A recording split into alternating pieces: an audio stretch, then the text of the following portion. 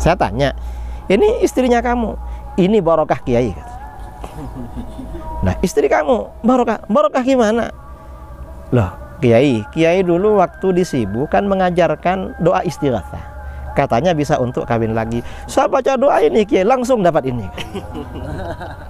Mohon maaf bertanya kiai, menurut tentang istighosah, menurut Wahabi istighosah itu kan syirik kiai. Kalau menurut Ahlu Sunnah bagaimana kiai?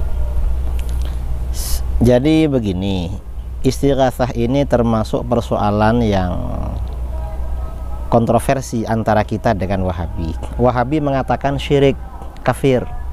Kalau kita malah sunnah hukumnya, istighatsah.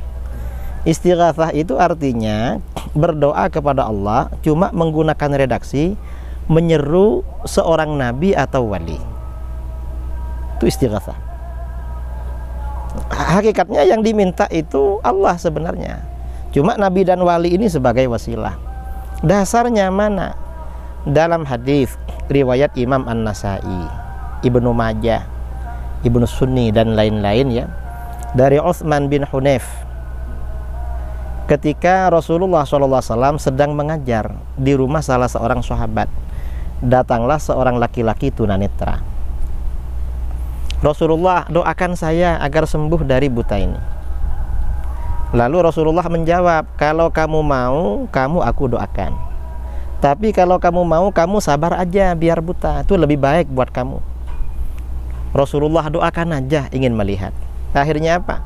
Oleh Rasulullah orang ini diperintahkan, kamu datang ke tempat wudhu, lakukan wudhu dengan baik, lalu ke masjid, sholat hajat 2 rakaat, lalu baca doa ini, Allahumma inni as'aluka wa atawajjahu ilaika binabiyyika Muhammadin sallallahu alaihi wasallam nabiyyir rahmah, ya Muhammad, ya nabiyar rahmah.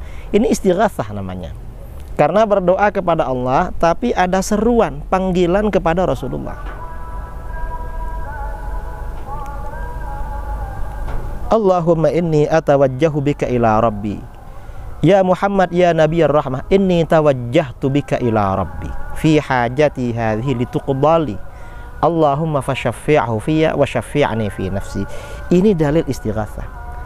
Tidak lama kemudian laki-laki yang tunanetra itu datang ke tempat Rasulullah mengajar, sudah sembuh dari buta. Dan ini para ulama ahli hadis semuanya mengatakan sahih. Hatta Wahabi bilang sahih. Karena hadis ini sahih, Wahabi gak bisa mengelak. Akhirnya mereka akal-akalan. Apa kata mereka? Doa ini boleh dibaca ketika Nabi masih hidup. Kalau sudah wafat gak boleh. Ini kata mereka.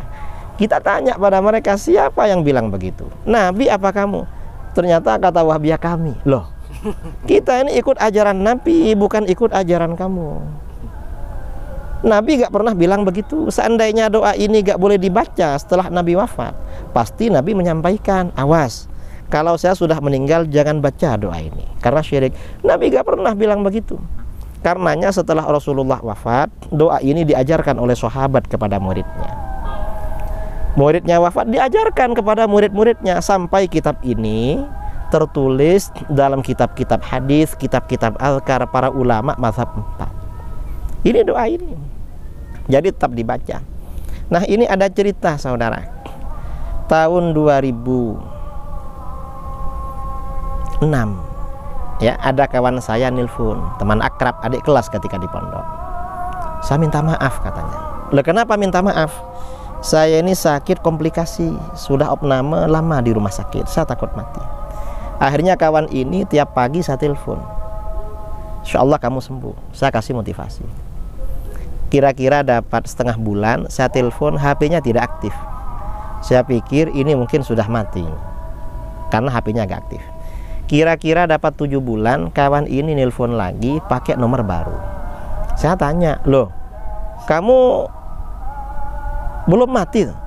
Enggak, ditunda katanya. Katanya dulu mau mati gak jadi. Tuh gimana kabarnya? Alhamdulillah. Pertama, saya sehat walafiat. Yang kedua, saya ini sudah nambah istri lagi. Wah, kamu hebat. Dulu nelpon mau mati, sekarang nambah istri. Enggak, cuma kawin lagi aja, apanya yang hebat katanya. Nah, tahun 2009 ada Bahsul Masail PWNU Jawa Timur di Gresik. Pas istirahat, beberapa kiai menghampiri saya, tanya, "Gus, apa doanya Gus biar gampang kawin lagi?" "Yai, saya ini kira-kira potongan punya doa macam itu." "Gus, sambian itu ditanya apa saja selalu punya jawaban. Masa tanya ini gak bisa?" "Ustaz Kiai, saya telepon kawan saya. Saya telepon kawan ini. Syekh, saya mau tanya. Tanya apa? Sambian bisa nambah istri itu doa yang dibaca apa?" "Loh, saya doa itu dapat ijazah dari sampean waktu di pondok." "Loh, saya gak punya amalan kawin lagi, gak punya." "Memang itu bukan doa kawin lagi, tapi saya salah gunakan. Hasilnya Masya Allah." "Lah, doa yang mana?" "Sampean pernah ngasih ijazah doa yang diajarkan Rasulullah pada orang tunanetra, orang buta. Saya amalkan itu." Kebetulan beliau ini kiai, punya pondok, punya masjid. Setelah sembuh dari sakit, menghafalkan doa itu, lalu sholat hajat di masjidnya, baca doa itu. Memang hajatnya ingin kawin lagi. Setelah itu sampai di rumahnya, istrinya bilang, "Mas, sampean gak kawin lagi tah?" "Kamu ini apa?" "Lah enggak, kalau emas ini bisa sehat walafiat, yang penting istiqomah ngajar, anak-anak dijaga, gak apa-apa kawin lagi." "Ya kalau kamu yang nyuruh, ya saya ini wajib menjalankan, karena ini berarti perintah suci." Akhirnya apa? Dia kawin lagi. Nah, tahun 2014 ya, kira-kira 2014, saya diundang daurah Aswaja, Kerajaan Negeri Johor. Datuk Mufti Johor mengumpulkan 50 ulama di satu pulau, namanya Pulau Sibu. Ada pertanyaan tentang istighatsah. Saya sampaikan dalil tadi sama cerita tadi.